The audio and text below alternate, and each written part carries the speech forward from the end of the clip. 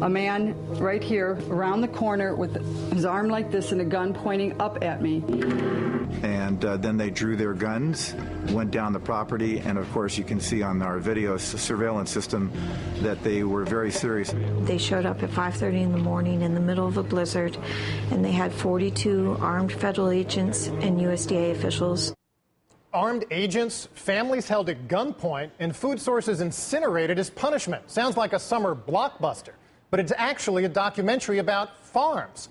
Farmageddon explores the relationship between the U.S. government and big agribusiness in what filmmakers consider an effort to slaughter local family farms.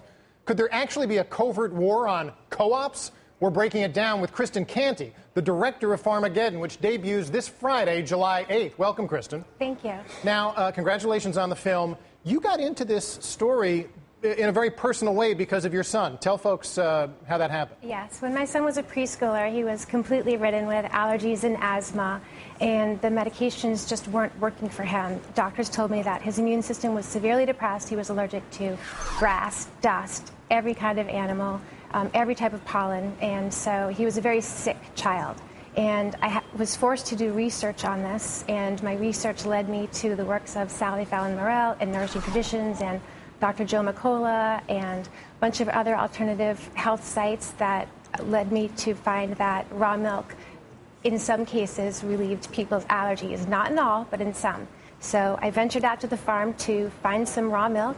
I found it, and long story short, he has no allergies today. He was completely cured. And yet what you learned then as you got into this is that the smaller farms, the organic farms that do this are in some ways being almost put under attack by what? Is it by a combination of big government and big business trying to stamp out the small farmer?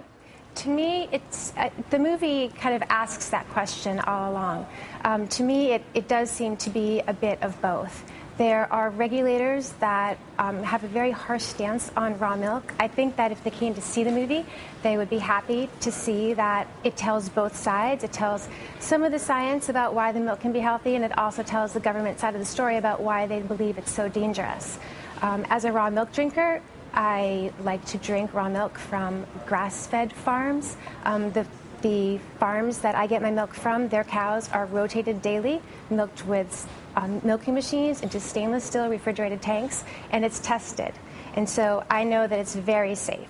Now, it's a bigger issue than just milk, though milk was obviously crucial in your own family circumstance. But broaden it out for us. This is a concern that what? That the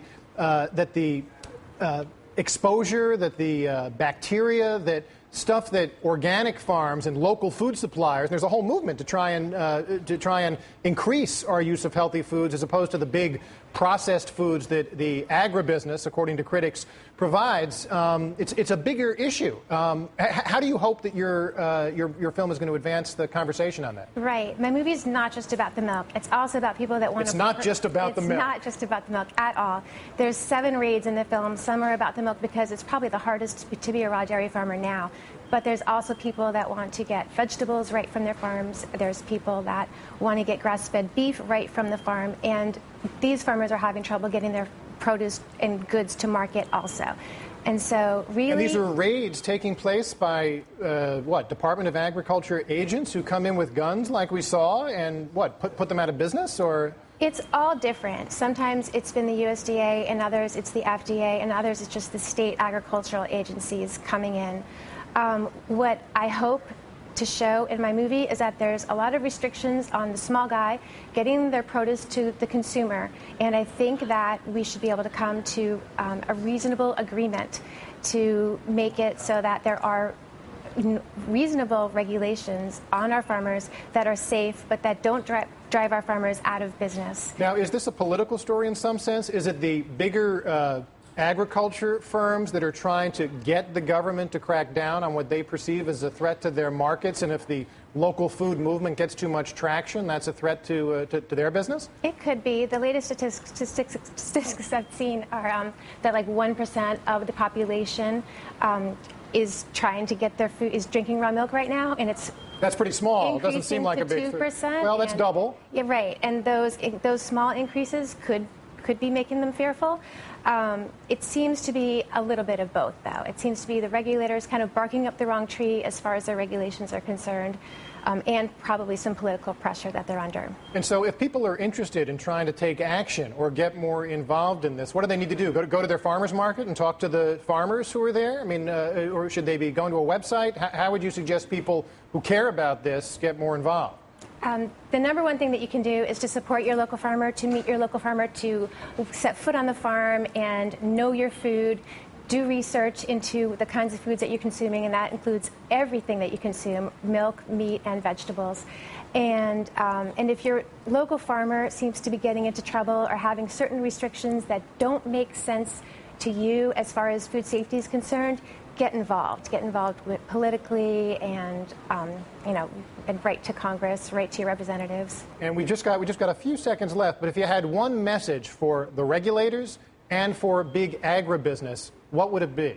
Give it to them right to the camera. I think that we can all live here together. I think that there are regulations that make sense, that will keep our food safe and can still help and support the farmer get their produce, the small farmer, get their produce to the consumers that want to consume this food. All right, Kristin Canty, the provocative new documentary is Farmageddon. Very provocative title, obviously.